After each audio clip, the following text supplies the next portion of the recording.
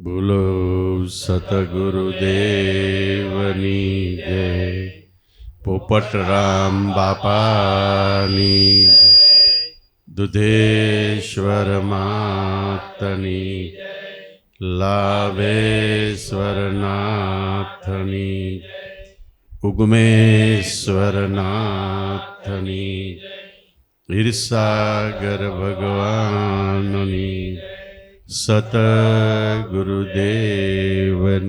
જય.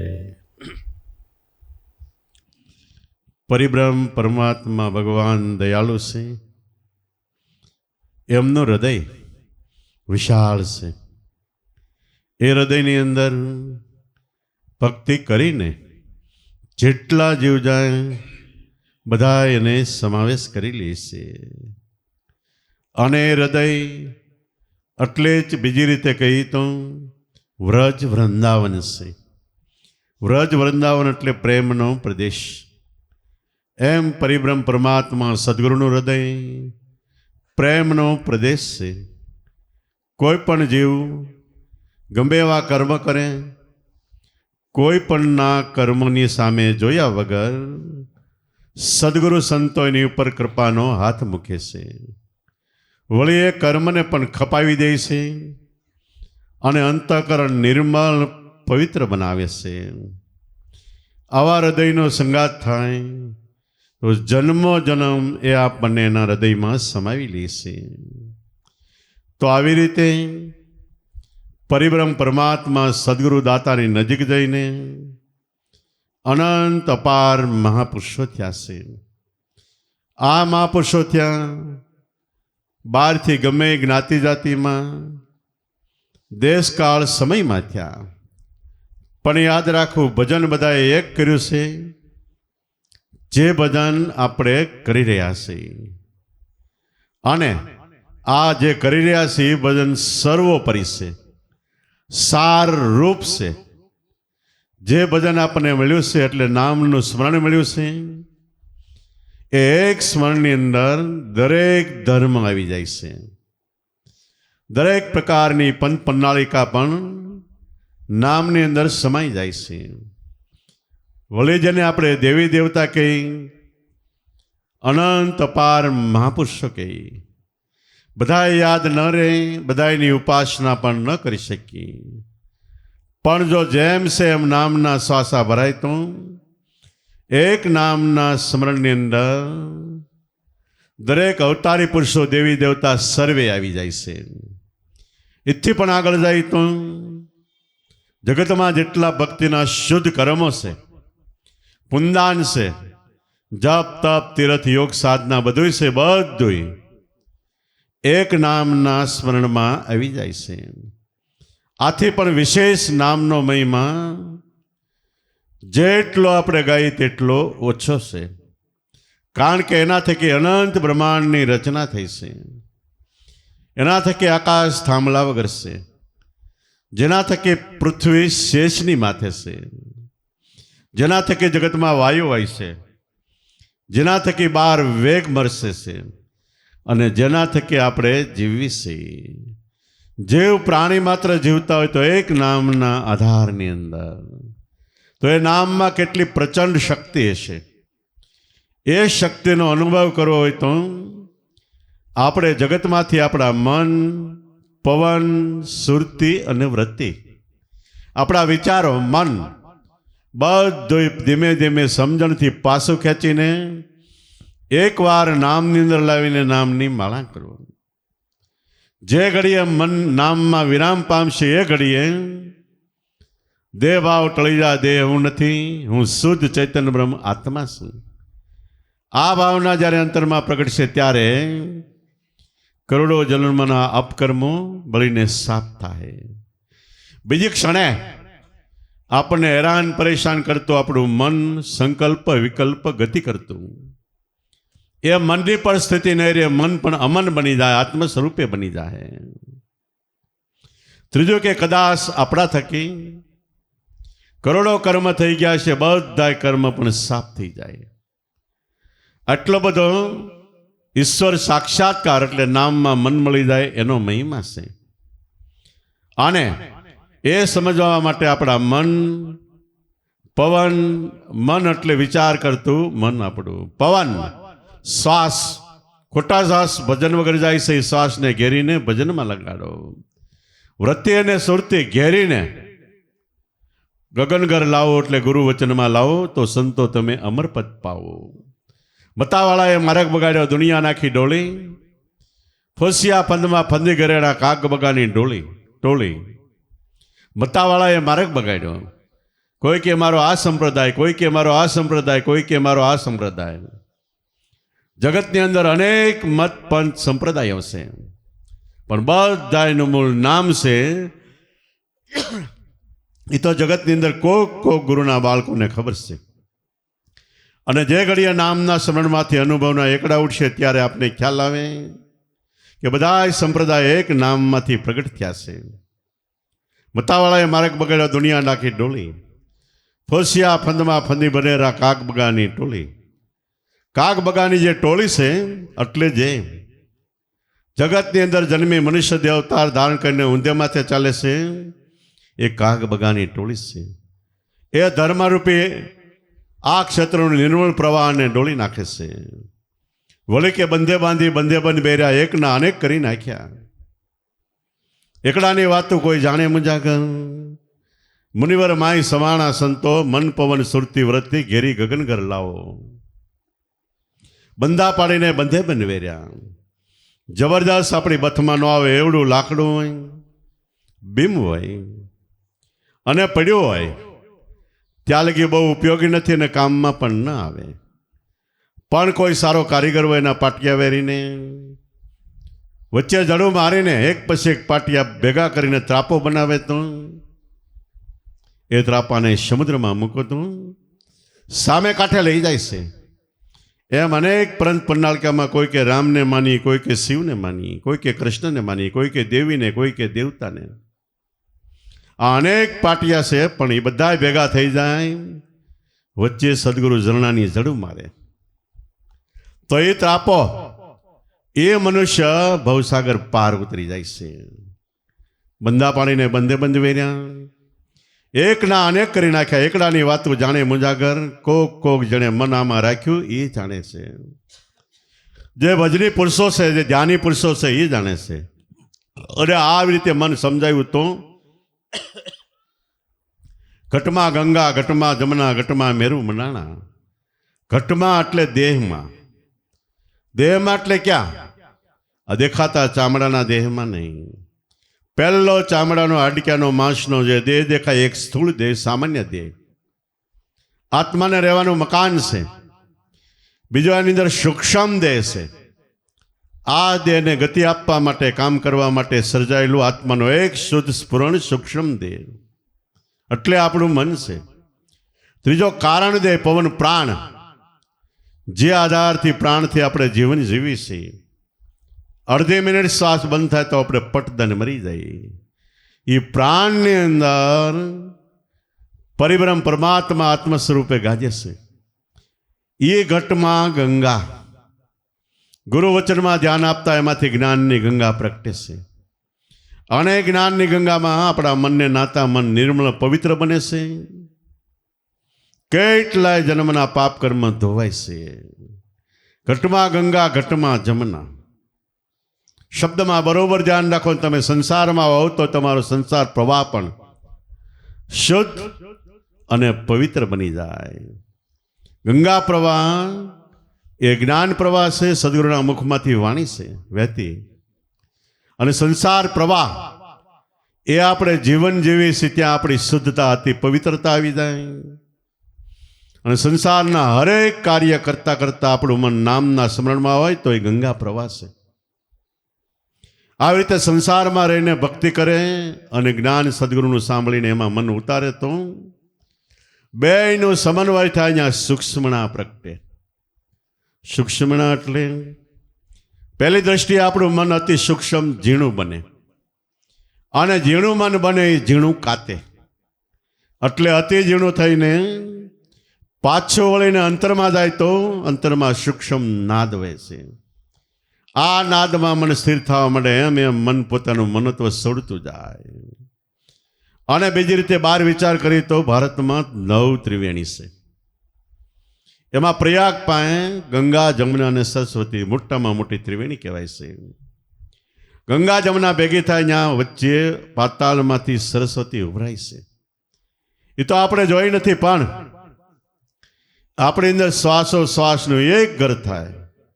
પાતાળ એટલે નાભિપરામાંથી સરસ્વતી એટલે પાણી નહીં પણ વાણીનું ઉભરાણ થાય છે. તમે ધીમે ધીમે અભ્યાસી હોવ તો, શ્વાસોશ્વાસના સ્મરણમાં મન સ્થિર થતું હોય તો ક્યારેક આપણે ઓટોમેટિક શબ્દનું સ્ફુરણ થાય. કેવા શબ્દો સાંભળ્યા ન હોય, જાણ્યા ન હોય, જોયા ન હોય, અલૌકિક શબ્દો અંતરમાંથી ઉચ્ચારણ થાય. એ સરસ્વતી વહેશે. તો ખરેખર જે બાર વિરાટ રચના છે એ અંતરમાં આપણી સૂક્ષ્મ રચના છે. તો ઘટમાં ગંગા, ઘટમાં જમના, ઘટમાં મેરુ મંડાણા. મેરુ એટલે આપણા બ્રહ્માંડ મગજમાંથી રજો કરોડ વહેશે, એ મેરુદંડ છે. એની અંદર સતત અમુક નાડીઓનો પ્રવાહથી આપણો પગ, હાથ, અમુક બધું હલનચલન થાય છે. એ મેરુ પણ આપણા ઘટમાં છે. ઘટમાં ગંગા, ઘટમાં જમના, ઘટમાં મેરુ મંડાણા. ધરણ ને ગગન બે ઘટમાં દેખ્યા ને ઘટમાં સર્વે સમાણા. ધરણ એટલે ધરતી, ગગન એટલે આકાશ. જ્યાં નાભી પરાશે, જ્યાં શ્વાસ બેસે ને પાછો ઉપડે છે શબ્દ સ્વરૂપે, એ ધરતી ધરાશે. જ્યાં શબ્દ પહોંચીને પાછો વળે છે એ બ્રહ્માંડ છે. ધરણ અને ગગન એટલે બ્રહ્માંડ. ધરણ ને ગગન બે ઘટમાં દેખ્યા ને ઘટમાં સર્વે સમાણા. બધું સમાઈ ગયું. એ તો અનુભવ કદાચ મોટો થાય, પણ તમે કાયમ ધ્યાનના અભ્યાસી હોવ તો કાયમ કોઈ ઠેકાણે મંદિરે આરતી પૂજનમાં કે બીજે જવાની જરૂર નથી રહેતી. ઘટમાં ઠાકર, આપણો આત્મા ઠાકર પહોંચે છે. આખા દેહની જીવનની દોરી એના હાથમાં છે. અને ઠાકર અનંત દુનિયાનું કામ કરે, એમાં આપણું કામ પણ એ જ કરે છે. જો એમાં મન વિરામ પામે તો આપણો આત્મા ઠાકર, ઘટમાં પૂજા. પૂજા આપો એ આપણો ભાવ છે, પ્રેમ છે, શ્રદ્ધા છે, વિશ્વાસ છે. એ બધી પૂજા છે. ઘટમાં ઠાકર, ઘટમાં પૂજા, ઘટમાં ખોળનો હાર વસે. ભગવાનને ગોતવાની લગ્ની મનને છે, પણ ક્યારેક મન નજીક આવે પ્રાણ તરફ, ત્યારે એ છોડીને જગતના વિષયોમાં રખડે, ત્યારે એ લગ્ની બુજાઈ જાય છે. ઘટમાં ઠાકર, ઘટમાં પૂજા, ઘટમાં ખોળનો હાર વસે. આ લગ્ની ખોળવાની છે, એ આપણું મન છે, ખોજે છે. અને ખોજતો થઈ જાય તો ક્યારેક ઘટમાં આરતી બાજે અહોનિશ.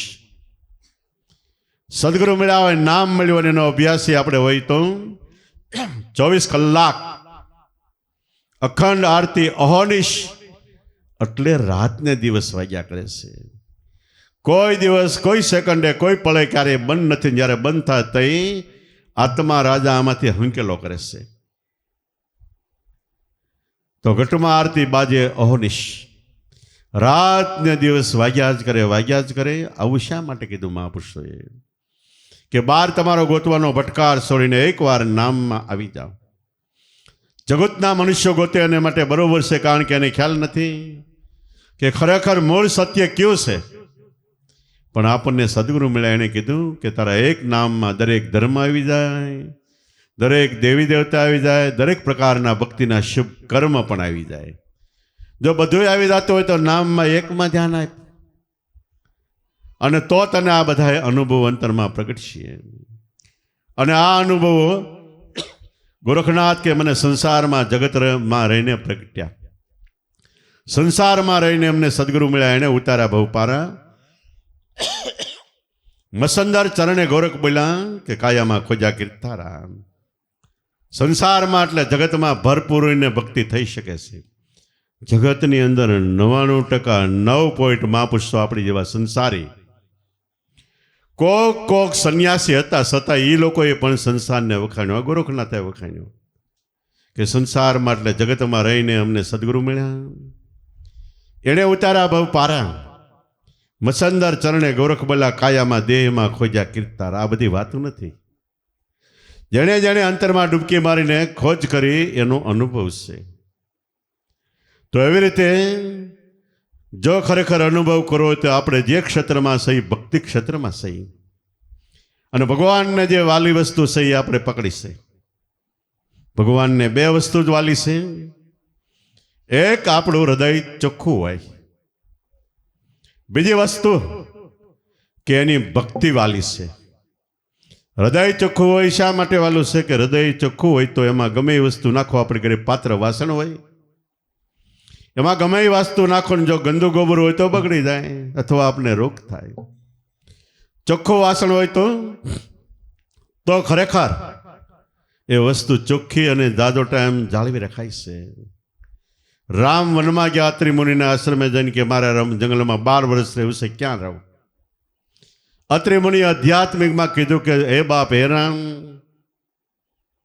जिनके हृदय सल कपट दमनी माया, लोभ शोभ राग न द्रोहा, सल कपट दमनी माया, जिनके हृदय काम क्रोध मद मान न मोहा, उनके हृदय तुम बसु रघुराया.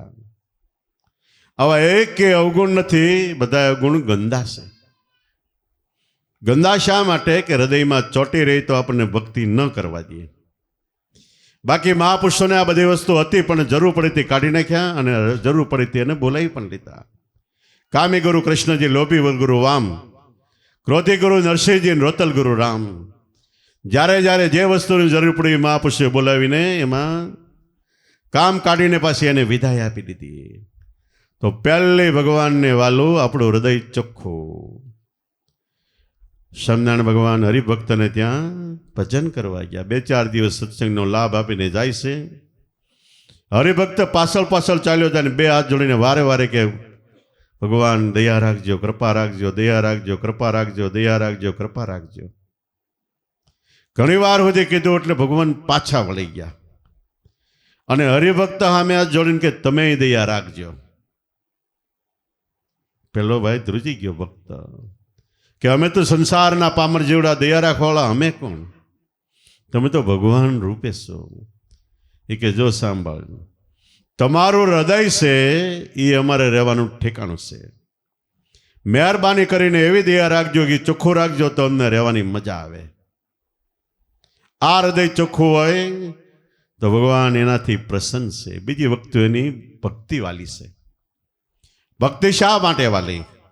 કે કાંઈ નહોતું, જ્યારે ભગવાન એકલા હતા ત્યારે એણે સ્મરણ કર્યું કે એકો હમ બહુશ્યામી, હું એક રૂપે છું, આમાંથી અનંત રૂપે થાવ, મારા ટુકડા થઈ જાય. પણ સર્વે ટુકડા થયા પછી બધાયમાં મારો અંશ હોય, બધાની અંદર હું હોઉં. એવી રીતે એક ક્ષણમાં કરોડો બ્રહ્માંડની રચના થઈ, 84 લાખ અવતારની જીવ સૃષ્ટિ થઈ. આ બધા નીકળ્યા ક્યાંથી? પરિબ્રહ્મ પરમાત્માના સ્વરૂપમાંથી. બ્રહ્માંડો બન્યા એ તો જડ, પણ 84 લાખ અવતાર ચેતન બન્યું. એ બધા ચેતન, બધાની અંદર પરિપૂર્ણ રીતે પરિબ્રહ્મ પરમાત્માનો વાસ. પોતાથી દૂર ગયા ગમે ત્યાં જગતની અંદર, એટલે એને દુઃખ થયું કે આ તો મારાથી આગાવી ગયા. પછી એને માટે એને ભક્તિ મૂકી કે મારી પાસે આવવું હોય તો કોણે? પરિબ્રહ્મ પરમાત્માએ. મારું એક નામ છે, રામ, કૃષ્ણ, બ્રહ્મા, વિષ્ણુ, મહેશ, હનુમાનજી, ગણપતિ, દેવી દેવતા. ગમે એ નામ લેહો, બધાના મહાપુરુષોના શરીરના નામ થાય. બોલે ગમે એ નામ લેહો, ઇથી મહાપુરુષો આગા હશે. દાખલા તરીકે રામનું નામ લ્યો તો રામ અહીંયા નહીં, અયોધ્યામાં. કૃષ્ણ દ્વારકામાં. બધાય દૂર છે. જ્યારે પરિબ્રહ્મ પરમાત્માએ એક નામ એવું કર્યું કે જેની અંદર નજીકમાં નજીક એ નામ આપણા દેહમાં, આપણા અંતરમાં, અને નામ છે એની અંદર પોતે પાછો વાસ. બીજા બધાની અંદર નામની સાથે નામી અલગ છે. જેનું નામ છે આગો છે. આપણે ગમે એને મનજીભાઈ, કાનજીભાઈ ગમે એને બોલાવી, દેહના એનું નામ છે, પણ એ બોલાવ્યા પછી એ છે આગો, એ નજીક આવતા વાર લાગે. પણ સદગુરુએ જે નામ આપ્યું એ નજીકમાં અંતરમાં છે. બોલાવો નહીં, અંદર બોલે છે. ફરીવાર સદગુરુએ જે નામ આપ્યું એ બોલાવા પણ નથી, અંતરમાં બોલે છે, એનો અવાજ ચાલુ છે. અને એને માટે મહાપુરુષો કે બોલે એ બીજો નથી, એમાંથી અવાજ નીકળે બીજો નથી. એટલે કોણ છે? કે પરિબ્રહ્મ પરમાત્મા ભગવાન એ પોતે છે. નામ લ્યો એટલે પોતે એમાં છે, નામની સાથે નામી બે હારે છે. બોલે એ બીજો નથી, છે પરિબ્રહ્મ પરમાત્મા. અજ્ઞાની જગત આંધળું, બોલનાર સિવાય અલગા થઈને ગોતે. આખું જગત આંધળું કે બોલનાર પુરુષ અંતરમાં ઘટમાં આત્મો છે, ભગવાન છે. છતાંય આપણે એનાથી આઘા અલગા એટલે જુદા થઈને ગોતી છીએ. જગત ગોતે એનો વાંધો નહીં. જેને આ નામ મળ્યું છે ને ગોતે, એ મહાપુરુષોને અફસોસ છે કે આને મેં શું કીધું, કેવો અનુભવ કરાવ્યો, બધું છોડીને ક્યાં જાય છે. અને ત્રીજી વસ્તુ કહું તો નામ આપણા અંતરમાં છે. નામ આપણા અંતરમાં થડોથડ છે. અંતર એટલે ક્યું? પ્રથમ દેખાય સ્થૂળ દેહ, એની અંદર મન બુદ્ધિ ચિત્ત અહંકાર સૂક્ષ્મ દેહ, એની અંદર પવન પ્રાણ એ કારણ દેહ. કારણ દેહ એ આપણું અંતર છે ને એમાં નામ ગાજરેલ છે, થડોથડ છે. જ્યાંથી શ્વાસ હાલે છે, જ્યાંથી આપણે જીવી છીએ, ત્યાં નામ એટલે પરિબ્રહ્મ પરમાત્મા એની અંદર સાથે છે. બરોબર વિચાર કરો કે અંતરમાં નામ છે, અંતરમાં ભગવાન છે. અને જો આપણે રામકૃષ્ણ કોઈ પણ રૂપે દેવી દેવતા રૂપે પુકાર કરશું તો આપણે જવું પડશે બહાર.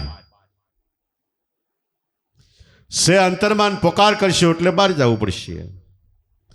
બહાર જાઓ એટલે અંતરમાં છે એની સાથે બહાર જાઓ, ત્યાં બેયની વચ્ચે અંતર પડી જાય. અંતર પડી જાય એ ભાંગતા બહુ વાર લાગશે. અને અંતરમાં નામનું સ્મરણ કરો તો અંતર ભાંગે છે. આપણું જે મન બહાર છે અંતરમાં આવે છે એટલે અંતર ભાંગે છે. બહાર જો સ્મરણ કરશો તો અંતર વધશે. ઘટમાં નામનું સ્મરણ થાય તો અંતર ભાંગશે. અંતર ભાંગે એટલે પવિત્ર એવું નામ એટલે સુરતા. સુરતા અને શબ્દનો બેયનું મિલન થઈ જાય એને કહેવાય યોગ. ગીતાજીમાં કૃષ્ણ ભગવાન એને યોગ કીધો છે. એ નામ પ્રાપ્ત કરીને નામનું અંતરમાં સ્મરણ કરવું, ચિંતન કરવું, ત્યાં આપણા મન વૃત્તિના પ્રવાહને રાખવા, એનું નામ ભજન છે, એનું નામ ભક્તિ છે. પરિવાર ભજન કરવું એટલે ગાય વગાડી એ તો બહારની વાત છે. ખરેખર જે નામ છે, નામનું સ્મરણ કરવું, એનું નામ ભક્તિ છે, એનું નામ ભજન છે. અને દાદાશ્રી કીધું આ ભજન કરો તો ભલા ભાવથી એટલે સારા ભાવથી કરજો. સારો ભાવ કયો? કે નામના સ્મરણથી મારા મનની શાંતિ થાય, મારો મોક્ષ થાય, મારો ઉદ્ધાર થાય, મારા જન્મ મરણ મટી જાય. અને કદાચ મને આમાંથી સારો અનુભવ પ્રગટે 2-5 ને પ્રગટે ને બીજા 2-5 આ લાઈનમાં આવી જાય ભલા ભાવથી. ભલો ભાવ એટલે સારો ભાવ, ઊંચામાં ઊંચો ભાવ. દેવી દેવતા સંતો મહાપુરુષો પોતે અનુભવ કર્યો એટલે એ અનુભવ વેચવા માટે જગતની અંદર કેટલાય ભોગ આપ્યા, તન મન ધનના ભોગ આપ્યા. પોતાના સંસાર વ્યવહાર જગત કુટુંબ સામે ન જોયું. રાત ને દિવસ આ બુંગીઓ પીટે જ રાખ્યો, પીટે જ રાખ્યો, પીટે જ કોઈ આવો, કોઈ આવો, કોઈ આવો. આ ઊંચો ભાવ છે. ભક્તિ કરો ભલા ભાવથી કરજો ભલેરા કામ. ભલેરા એટલે સારા કામ. પહેલી દૃષ્ટિએ સારું કામ આપણે માટે સેવા કરો તન મન ધન લગાવીને. સેવામાં ઘણા પ્રકાર છે. દેખાડવા માટે નહીં, વાહ વાહ કહેવડાવવા માટે નહીં, પણ ખરેખર આપણે દિલની હમદર્દીથી સેવા કરો. કોની સેવા કરો? સેવામાં જીવ પ્રાણી માત્રની સેવા, જેની અંદર ચેતન છે એની સેવા કરો. એ સેવાને આપણા શાસ્ત્રોમાં ઉત્તમ કીધી છે. પણ બધાની અંદર સર્વોપરી ઊંચામાં ઊંચું ચેતન આપણા માનવ મંદિરમાં છે. મનુષ્યની અંદર 16 વાલ ને 1 રતિપદ ચેતન છે. આપણી સિવાયના ઢોર ઢાકર પશુ પક્ષી પ્રાણી માત્રની અંદર સામાન્ય ચેતન છે. એ સિવાય જગતના જીવડાની અંદર એમાં સામાન્ય ચેતન અને વનસ્પતિમાં અડધું ચેતન અને અડધી જળ છે, હાલી નથી શકતી. આ બધાની સેવા કરો, જેવી સેવા કરો, જેવા ભાવથી કરો એ પ્રમાણે ફળ છે. પણ મનુષ્યમાં 16 વાલ ને 1 રતિ પરિપૂર્ણ સેવા છે, એટલે માનવ સેવા સૌથી ઊંચી સર્વોપરી કહેવામાં આવી છે. એટલે સતારશા કે સેવા ભક્તિ કળી કાળમાં ઉત્તમ ધર્મ ગણાય.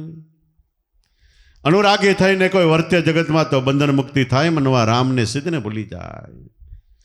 માણસની સેવા સર્વોપરી, એનાથી પણ ઊંચી સેવા તત્વવેતા બ્રહ્મનિષ્ઠ ક્ષોત્રી.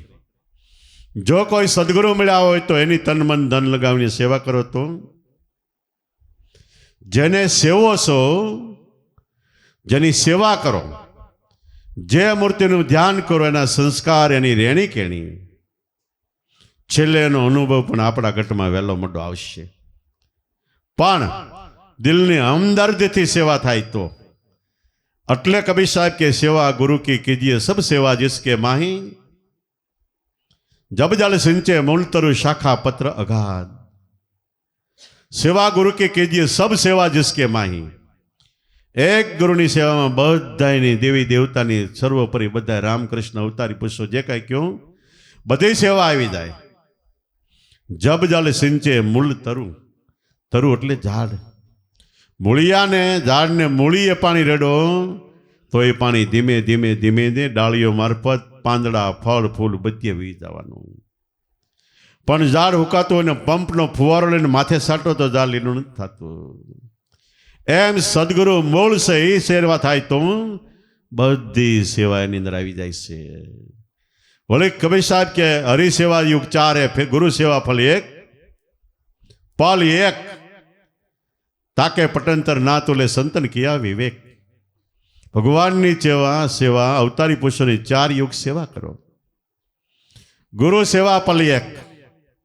अपने एम થાય સાચું છે તો કૃષ્ણ ભગવાન ભાગવત વાસો સાંભળો. 12 વર્ષ ગુરુ મહારાજ ચાંદીપુરી ઋષિને આશ્રમે રહ્યા. તન મન ધન લગાવીને સેવા કરી. કેવા ભાવથી કે ગુરુ મહારાજ હોઈ જાય પછી જ સેવા કરીને હોતા, કોઈ દિવસ પહેલા નહીં. જાગ્યા પહેલા પોતાની શૌચ સ્નાન વિધિ પરવારીને પછી ગુરુમાની સેવામાં ખડે પગે રહેતા. ઉઠે એટલે તરત ચા પાણી દાંતણ જે કાંઈ હોય તે બધું. અને સિંધા પહેલા ઊભા થઈ જતા. ગમે આવું કે ગુરુમાં તો ક્યારે તર્ક વિતર્ક નહોતા કરતા. એકવાર આવો સમાસાનો સમય છે, મેઘલી મળી છે, સાંજ થવા આવી છે. ચાંદીપુરી ઋષિએ કૃષ્ણ અને સુદામા બેન બોલ્યા, કઈ આવો, જાઓ જંગલમાં જઈને લાકડા કાપી આવો. આશ્રમની બાજુમાં નદી છે, નદીને સામે કાંઠે જંગલ છે. નદીમાં ઉતરીને જવાય એવી સિસરી નદી. ઉતરીને સામે કાંઠે વહી ગયા. લાકડા કાપીને માંડ માંડ ઉપડે એવા ભારા બનાવે, એકાબીજાએ સડાવીને હાલતા ત્યાં નદી કાંઠે આવ્યા હતા. ઉપરવામાં બહુ પુષ્કળ વરસાદથી 2 કાંઠે નદી આવી. સુદામા અને કૃષ્ણ પહેલા તો ઊભા રહી ગયા. સુદામા કે પણ હવે આપણે સામે કાંઠે કેમ જાવું? કૃષ્ણ કે પહેલી વાત તો એ સાચી છે, પણ આપણે સામે કાંઠેના આશ્રમે જવું 100% જરૂરી છે. કારણ કે ગુરુ મહારાજનો દેવ વ્રત છે, આપણે નહીં જાય ત્યાં લગી હુએ નહીં, સૂએ નહીં. અને એને આપણે ત્રાસ આપવો એ આપણો ધર્મ નથી, એની સેવા કરવી એ આપણો ધર્મ છે. સુદામા કે વાત સાચી, પણ આમાં કેમ જવું? કે આપણે એનું નામ લઈને પડો, કાસડા વાળી. અને કૃષ્ણ કે જોઈજે એક જ ગુરુનું ધ્યાન કરીને પડજે. 2 એવી રીતે પડ્યા, સામે કાંઠે નીકળી ગયા. ભારા લઈને આશ્રમમાં ગયા, ભારા નીચે નાખ્યા તો દોડીને ચાંદીપુર ઋષિ આવ્યા. બધ ભરી ગયા બેયને. એ કે પહેલા એ કયો કે તમે આવા ધસમસતા પ્રવાહની અંદર તણાઈ દો, એમાં અહીંયા આવ્યા કેવી રીતે? ત્યારે કૃષ્ણ ને સુદામા બે એક સ્વરે કહે છે કે કેવી રીતે આવ્યા અમને ખબર નથી. અમે કાંઈ પાણી બાણી ભાળતા નહોતા. અમે ફક્ત તમને અને તમે આશ્રમમાં ઉભા છો એટલું ભાળતા હતા. આ ધ્યાનથી અમે અહીં પહોંચ્યા છે. તઈ ચાંદીપની ઋષિએ કૃષ્ણને કીધું કે જો આવો ભાવ છે લે રહે તો તારા માટે જગતમાં કોઈ વસ્તુ અશક્ય બની ન શકે એવી નહીં રહે, અને ખરેખર ન રહે.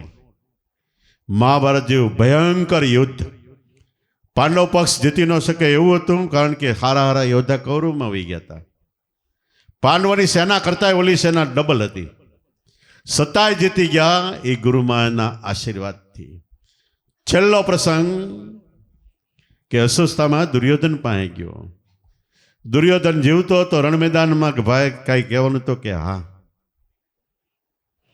કે 5 પાંડવોના માથા વાડીને અહીં લઈ આવી તો મને શાંતિ થાય, મોક્ષ થાય, નકર મારો જીવડો આમનો તરફડશે. કે અસ્વસ્થતામાં ગયો પાંડવોની સાવણીમાં. પાંડવો ક્યાંય બીજે હશે અને 5 પાંડવોના પુત્રો હોતા હતા.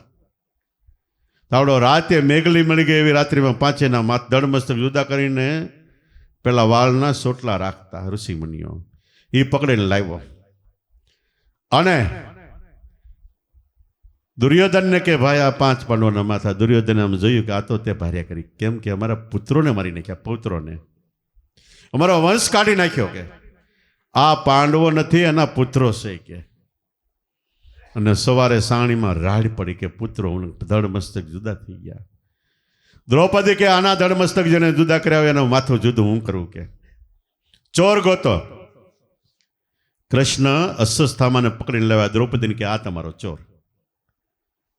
અસ્વસ્થામાને જોઈને દ્રૌપદી કે આ તો ગુરુનો પુત્ર, અને બીજું કાંઈ ન કહેવાય, પણ મણી લઈ લીધો.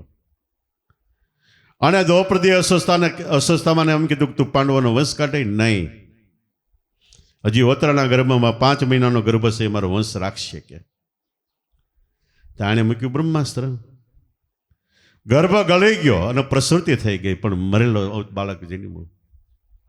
વળી પાંડવો, કૃષ્ણ, સુખદેવ, વ્યાસમુનિ, શુક્રાચાર્ય બધા ભેગા થયા કે હવે આનું કરવું. જો આ બાળક જીવતું નહીં થાય તો પાંડવોનો વંશ વિયો જાય. કે દ્રૌપદીએ વ્યાસને પૂછ્યું કે આ જીવતું થાય? તો કે થાય, એક શરત છે. હું આની માથે કોઈ ટેસ્ટથી હાથ મૂકીને એમ કે મારું જિંદગીભરનું બ્રહ્મચર્ય હોય તો બાળક જીવતું થાય. દ્રૌપદી વ્યાસને કે તમે જ મૂકો નહીં, એની જીગર ન આલી ના પડી. સુખદેવ જન્મતા વેત નીકળી ગયેલા, એને કીધું તું હાથ મૂક, જીગર ન આલી, વિશ્વાસ ન પડ્યો. કેટલાય ઋષિમુનિઓને દ્રૌપદીએ કીધું, પછી કોઈની જીગર ન આલી. છેલ્લે કૃષ્ણને કીધું ભાઈ તું હાથ મૂક. કૃષ્ણ ટેસ્ટથી માથે હાથ મૂકીને મારું જિંદગી ભર્યું બ્રહ્મચર્ય હોય તો બાળક જીવતું થાય. તાળ દઈને જુગતું થઈ ગયું એ પરીક્ષિત. ત્યાંથી પાછો પાંડવોનો વંશ આગળ આવ્યો.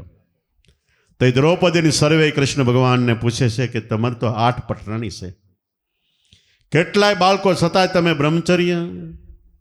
બ્રહ્મચારી. કૃષ્ણ કે બ્રહ્મ એટલે પરમાત્મા. આપણા દેહમાં આપણો આત્મા છે, એ બ્રહ્મ છે. રૂવાડે એનું ચેતન છે, પ્રકાશ છે. દેહ દેખાય છે પણ એ દેખાતો નથી, સતાય છે. તમે વાંધો ઉઠાવો કે નથી દેખાતો સતાય ન હોય? તો કે હા, હવા દેખાય છે, સતાય છે. આપણને અડે એટલે ખ્યાલ આવે કે હવા છે. એવી ઘણી વસ્તુ, વાયરમાં કરંટ આવેલો જતો હોય, આપણને દેખાય નહીં, પણ અડો તો ફેંકી દે. એમ ચેતન આત્મા મૂળ બ્રહ્મ છે, જે નિરાકાર છે. એનાથી પૃથ્વી જેવા કરોડો બ્રહ્માંડો ગોળાઓ આકાશમાં લટકે છે એના આધારથી. એ બ્રહ્મ છે, અને એનું પાક્કું સરનામું સદગુરુ પરિબ્રહ્મ, બ્રહ્મનાય બ્રહ્મ છે, એ આપે છે. એ પરિબ્રહ્મ પરમાત્મા સ્વરૂપમાં મન રાખો એટલે બ્રહ્મચર્ય. ફરીવાર કહું, બ્રહ્મ એટલે પરમાત્મા, ગુરુ વચન. ચર્યા એટલે એની અંદર રમણ કરવું. આપણા મનને ગુરુ વચનમાં રમણ કરાવો એ સાચું બ્રહ્મચર્ય છે. પણ એમાં વિશ્વાસ હોવો જોઈએ. બ્રહ્મચારી ઘણાય હતા, નામવાળા ઘણાય હતા. સુખદેવ નૈષ્ઠિક બ્રહ્મચારી હતા, સતાય જીગર નો આલી. પણ આ કૃપા ચાંદીપની ઋષિની હતી. એણે કૃષ્ણને કીધેલું તારે માટે જગતમાં કોઈ વસ્તુ અશક્ય નહીં હોય. અશક્ય હોય અને શક્ય બનાવીનાર સદગુરુનું બળ છે. નામનું સ્મરણ કરો એટલે ઓટોમેટિક એની આપણી કૃપા છે, ને એની કૃપા જેવું કોઈ બળ નથી. નામને આપણે એના હુકમની દૂડી બની જાય તો 52 પાનામાં દૂડી હોય હુકમની સર્વોપરી કહેવાય. નગર 52 પાનામાં બાદશાહ ઊંચો એનીથી એકો ઊંચો, પણ એમાં હુકમની દૂડી નક્કી કરી હોય એકાને પણ કાપી નાખે. એમ ગુરુ વચનની હુકમની દૂડી હોય, ભલે રોડખોડ હોય, નબળો હોય, નાનો હોય, ગરીબ હોય, ગમે એ જ્ઞાતિમાં હોય, પણ એવા કેટલાય વિદ્વાનો પંડિતો આચાર્યો થઈ ગયા એને આ હુકમની દૂડીએ કાપી નાખ્યા. તો આનું નામ ભક્તિ છે. એટલે દાદાશ્રી કે ભક્તિ કરો ભલા ભાવથી કરજો ભલેરા કામ, શિખામણ રૂઢી દિલ માનજો. કઈ શિખામણ માનવાની? કે એક આપણાથી કોઈ કર્મ ન બંધાય એ. બીજી શિખામણ, આપણે મનુષ્ય બન્યા છીએ તો મનુષ્યના જેવું જીવન. મનુષ્ય એટલે મનનું વત્તા ઈચ્છ, મનનો સ્વામી, ઈશ એટલે ભગવાન, મનનો ભગવાન થઈને જે જીવન જીવે એ મનુષ્ય. શિખામણ એવી રૂઢી દિલ માનજો કે રહેજો સંતોને ધામ. મહાપુરુષો સંતો અહીંયા વારે વારે તન મન ધન સમર્પણ ભાવથી જવું, તન મન ધન લગાવીને સેવા કરવી. આને સદગુરુનું આંગણું એટલે આપણે માટે 68 તીર્થ છે. આ પહેલી વાત છે. બીજી વાત, શ્વાસ ને ઉશ્વાસ બે અનાદિના સંત છે, એમાં મનને રાખો એટલે આપણે સંતના ધામમાં કાયમ માટે છે. આટલું કીધા પછી દાદાશ્રી કે મળ્યો રે મોંઘેરો દેહ માનવી, એની કિંમત કરજો આ વાર. પરમે ભટકશો ના ભૂલથી ગ્રહજો ગુરુનો આધાર. મોંઘામાં મોંઘો મનુષ્ય દેહ છે. તમે હાવ ગરીબો, લોભ કરી કરીને ખૂબ મહેનત કરીને લાખો રૂપિયા ભેગા કરીને સુટકેસમાં ભર્યા. એક ગામથી બીજા ગામ જતા હોય કોઈ આડો મારીને પિસ્તોલ તાકે આપી દે. કેટલાય વર્ષોની કમાણી હોય છતાંય આપણે આપી દઈએ છીએ. શા માટે? આપણા દેહ કરતા પૈસાની કિંમત વધારે નથી.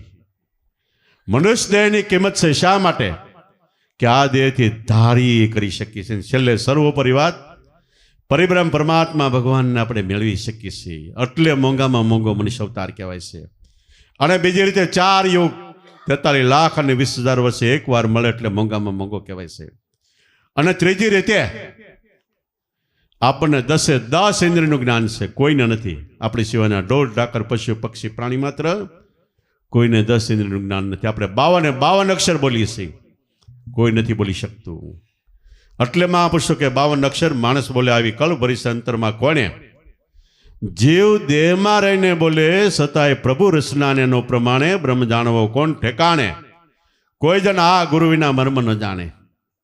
એટલે ગમે રીતે વાત કરો તો મનુષ્ય અવતાર સર્વોપરી શ્રેષ્ઠ ઊંચામાં ઊંચો છે. અને મળ્યો એટલે પહેલા તો આપણે આપણી જાતને ભાગશાળી માન્યું કે આપણે માણસ થયા છીએ. ભાગવતોમાં ખૂબ કીધું છે કે મનુષ્ય અવતાર મળે અતિ ભાગશાળી છે. અને એમાંય સદગુરુ મળ્યા એટલે વધારે ભાગશાળી. ભારતમાં જન્મીને નામ મળ્યું એ કરતાંય વધારે ભાગશાળી. નામમાં મન મળી જાય એટલે એની ભાગ્યના કોઈ આપણે વખાણ ન કરી શકીએ એટલું મહદ ભાગ્ય, મોટું ભાગ્ય. તો મળ્યો રે મોંઘેરો દેહ માનવી, કિંમત કરજો આ વાર, એટલે આ જન્મમાં જ કરજો. આપણે એમ થાય પછી કરશું એટલે કાચ પડી જાય ને કટકા થઈ જાય ને કરશું કહેવાય, કોઈ દી ભેગી ન થાય. પછી હાથમાં પૂતળી હોય કાચની પડી, કટકા થઈ ગયા પછી ભેગી ન થાય. એમ કાયા કાચની પૂતળી દે, કાચની પૂતળી છે ઠમકે તૂટી જાય. કઈ તૂટી જાય થોડું નક્કી છે? મૂરખ, તારું ઘર સમળગું જશે ને ધબડકો ધોળે દાડે થશે. કયા કાચની પૂતળી ઠમકે તૂટી જાય. મઢાઈ જો ગુરુ નામથી, ગુરુ વચનથી મઢાઈ જાય તો કોઈ દી કટકા ન થાય. આ દેહ પડે તો બીજો પડે, ત્રીજો પડે, ચોથો. જન્મો જન્મ સદગુરુ સાથે રહે. કરોડો રૂપિયા કમાવો, હવ સમજે છે કે એક પૈસો આપણી સાથે નથી આવતો. સાથે કોણ આવે છે? કે આમ આખી જિંદગી નામ આપણી સાથે છે. અહીંથી નામ નીકળ્યું, બીજા દેહમાં તરત જ નામ દાખલ થાય, તઈ આપણે જીવતા થાય. બીજા જન્મે આખી જિંદગી નામ સાથે, ત્રીજા જન્મે સાથે, ચોથે જન્મે સાથે. સદગુરુએ આપ્યું જન્મો જન્મ સાથે રહે છે. એટલે કહેવાય જન્મ જન્મનો વાલો સંગાતી કોણ? સદગુરુ પરિબ્રહ્મ પરમાત્મા. એણે આપેલ નામ. જન્મ જન્મનો વાલો સંગાતી પ્રીતમ પ્રાણ આધારા. પ્રેય અતિ વાલા, ઉત્તમમાં ઉત્તમ વાલા, પ્રીતમ પ્રાણ આધાર, અમારા પ્રાણના આધાર છે. પ્રાણના આધાર શા માટે કીધા? પ્રાણમાં ગુરુ વચન રૂપે સદગુરુ ગાજ્યસન રહે છે, એનું મુકામ ન્યા છે. એક ઠેકાણે એનું મુકામ છે ને એક ઠેકાણે એની કચેરી છે. દ્વારિકા બે છે, એક ઓખા પાસે છે અને એક આ બાજુ છે. એક બેટ દ્વારિકા છે અને એક દરિયાને કિનારે દ્વારિકા છે. એક ઠેકાણે કૃષ્ણ ભગવાન રહેતા હતા અને એક ઠેકાણે રાજ કરતા હતા. તો આપણે નાભીને બ્રહ્માંડ બે ઠેકાણે દ્વારિકા છે. ભગવાનને મળવાનું દ્વાર છે. એક ઠેકાણે રહે છે શબ્દ બ્રહ્મ સ્વરૂપે અને એક ઠેકાણે આત્મ સ્વરૂપથી વહીવટ કરે છે. તો ખરેખર આવી કિંમતીમાં કિંમતી મનુષ્ય અવતાર મળ્યો. મોંઘેરો દે માનવી કિંમત કરજો આવાર, ભરમે ભટકશો ના ભૂલથી. બ્રહ્મા નહીં રહેતા હજી વાર છે, વાર છે, વાર છે. વાર એટલે પેલાના જમાનામાં ગામડામાં ફરતી બાજુ કિલ્લો બનાવતા. દુશ્મન દળ સડી આવે એટલે બધા કહેતા કે વાર આવી છે, મને ભૂંગળા વાગવા. તો એ વાર દુશ્મન દળ એટલે આપણી અંદર કામ, ક્રોધ, મોહ, લોભ એનું દળ ક્યારે સડી આવશે, વાર આવી જાય એ ખબર નહીં રે. વાર છે પણ વાર આવી જાય એટલે ભયંકર લડાઈ થાય. છેલ્લે જે 49 વાયુ સવળા લઈ અવળા હાલશે. 14 ઇન્દ્રિયો, બે આંખ, બે કાન, નાક, મોઢું, ગુદા, ઉપરેશ્વર, મન, બુદ્ધિ, ચિત્ત, અહંકાર ને પ્રાણ. 14 ઇન્દ્રિયો પર એક એક દેવતા છે. દેવતા પોતાની કચેરી ખાલી કરશે અને ભાગવા મળશે કે ઓલે ઠેકાણે ત્યાં દેહરૂપી નગરીમાં હાહાકાર થઈ જાય અને ભાગમ ભાગી થઈ જાય. તઈ જેસલ કે ત્રાંબા વર્ણો સૂરજ ઉગશે, તપશે બાળો બાળ. ધરતીના દોય પર દૃશ્ય ને પૃથ્વીમાં થઈ જાય હાહાકાર. આ સ્થિતિમાં ન જવું હોય તો સદગુરુ શરણે જઈને એણે આપ્યું ભજન કરો તો છેલ્લે જીવ શાંતિથી. કેવી રીતે જાય કે આપણે 10 14 ઇન્દ્રિય ધીમે ધીમે બધી ઇન્દ્રિય પર એક એક દેવતા એમાં સમાઈ જાય. બધા દેવતાઓ સંકેલો કરીને દેવતાઓનો રાજા મનમાં સમાય. મન પવન પ્રાણમાંથી ઉત્પન્ન થયું, પ્રાણમાં સમાય. પ્રાણ આત્મામાંથી નીકળ્યો, આત્મામાં સમાય. તઈ એક એકડો થાય છે. તઈ જીવને અનંત જન્મનું ભાન થાય છે અને કર્મ પ્રમાણે બીજો અવતાર મનુષ્યનો જ મળે છે. એટલે મળ્યો મોંઘેરો દેહ માનવી કિંમત કરજો આવાર, ભરમે ભટકશોના ભ્રમથી. ગ્રહજો ગુરુનો આધાર લેજો તો એકડો કરાવશે. એક એકડો જન્મ વખતે હોય ને એક એકડો મરણ વખતે હોય. વચ્ચે સદગુરુ મળે તો જીવતા એકડો કરાવે. જીવતા એકડો કરાવે એટલે તરત જ આપણને ખ્યાલ આવે કે બસ હવે જન્મ મરણ નહીં. એક શબ્દ મને આપ્યો ગુરુજીએ, લીધો મેં અલેખીએ લગ્ન કરી, દાસ દયાનંદ કે બ્રહ્માનંદ ચરણે હવે નહીં આવું 84માં ફરી. મેં અલખ્યા પીર પુરુના સતની જોડી શિર ધરી, પીતો પ્યાલો હતી લગ્ન કરી. વળી સદગુરુ મળે તો જ્ઞાન દીપક ગુરુજી આપશે. સદગુરુ ભગવાન આપો આપ. મનુષ્યના લેખો તેને પ્રાણિયા નહીં તો નકામો ભાર. સદગુરુ મળે તો જ્ઞાનનો દીપક આપશે. 84 લાખ અવતારમાં આપણે ભટક્યા તો એ ઘોર અંધારું હતું. મનુષ્ય અવતારમાં પણ જો આપણે દેહ ભાવથી જીવી, દેહ મારો છે, ઇન્દ્રિયો હું સૌ, ગુણ હું સૌ, તો ખરેખર આપણે જે ઘોર અંધકારમાં છે. આ અંધકાર આખી જિંદગી વિયો જાય ને ફરીવાર અંધકારની અંદર 84માં અંધકારમાં જાય છે. પણ સદગુરુ મળે તો દિવ્ય જ્ઞાન ગુરુ વચન આપે. એ પ્રકાશ છે, જ્યોતિ છે. શિવજીએ પાર્વતીને કીધું જ્યોતિ વચનમાં જ્યોતિ કાયા, ચંદ્ર સૂરજને ગમ નહીં પાયા. દેહ છે, ગર્ભો છે, એમાં દીવો સતનામ વચન છે બળે છે. એટલે ગરબામાં પ્રકાશ છે ને એ પ્રકાશ કાણામાં બહાર નીકળે. ફરતી બાજુ કાણા હોય એમ આપણા દેહમાં આંખ, કાન, નાક, મોઢું, ગુદા, ઉપરેશ્વર દરેક ઇન્દ્રિયોથી પ્રકાશ બહાર નીકળે છે. તો સદગુરુ એવો જ્ઞાનનો દીપક આપશે. પગના અંગૂઠાથી માથાના શિખર વિશ્વ બ્રહ્માંડમાં જે રચના છે એ રચનાનો અનુભવ અંતરમાં થાય તો અદ્ભુત અલૌકિક રચના છે. જેના આવડા પુસ્તક લખાણા છતાંય આપણને ગમ ન પડે એટલી રચના છે. એક ખાલી આ દેહ દેખાય એના 50 ડૉક્ટર થાય. તોય પૂર્વ જ્ઞાન ન થાય. આપણે કંઈ જામરવા કેમ થાય કે કોને ખબર, આવડા પુસ્તક ભણે તોય. એવી અદ્ભુત અલૌકિક આ દેહની રચના છે, છતાં અંધકારમય છે, પણ સદગુરુ આપે તો દિવ્ય જ્ઞાન આપે. એ જ્ઞાન દીપક સદગુરુ આપશે, અને આપનાર પરિબ્રહ્મ પરમાત્મા ભગવાન આપોઆપ, જે દેવના દેવ, પીરના પીર, સાહેબના સાહેબ ને ભગવાનના ભગવાન, જેને આપણે સાખીમાં વારંવાર ગાઈ છે, ગુરુ બ્રહ્મા, ગુરુ વિષ્ણુ, ગુરુદેવ મહેશ્વર, ત્રણે એ છે. અને એથી આગળ જાય તો સદગુરુ પરિબ્રહ્મ, ત્રણે બ્રહ્મ છે, અને ગુરુ મારે તો પરિબ્રહ્મ, બ્રહ્મનાય બ્રહ્મ છે. તસ્મૈ શ્રી ગુરુએ નમઃ. જ્ઞાન દીપક સદગુરુ આપશે, સદગુરુ ભગવાન આપોઆપ. આવા મહાપુરુષો મળ્યા હોય તો મનુષ્ય ન લેખ હોય ને પ્રાણીયા, સામાન્ય મનુષ્ય નથી. અકલ કલામાંથી કળારૂપે અવતાર ધારણ કરીને સ્પેશિયલ આપણો ઉદ્ધાર કરવા માટે આવ્યા છે. એ ભાવ રાખો, જેટલો ભાવ રાખશો એ પ્રમાણે તમારા હૃદયમાં પ્રેમ પ્રગટશે. જેટલો પ્રેમ પ્રગટશે એટલું તમારું મન પ્રવાહિક બનીને ધીમે ધીમે ગળતું ઓગળતું પીગળતું રાળ બનતું થઈ જાય. મનુષ્યનો લેખો પ્રાણીયા, નહીતર નકામા બહાર. જો માણસ લેખ્યા તો બહાર છે. છેલ્લે દાદાશ્રી કે સર્વે પદાર્થનો આત્મા ગુરુ સેવાય ખુશી થાવ. બીજા કોઈ કર્મ મને રીઝવે નહીં. દાસ લાભો કે નિત્ય ગુરુ ગૌણ. આજ વાત ગુરુ ગુણ ગાઓ. આજ વાત ભાગવતમાં કૃષ્ણ ભગવાને અર્જુનને કીધી છે.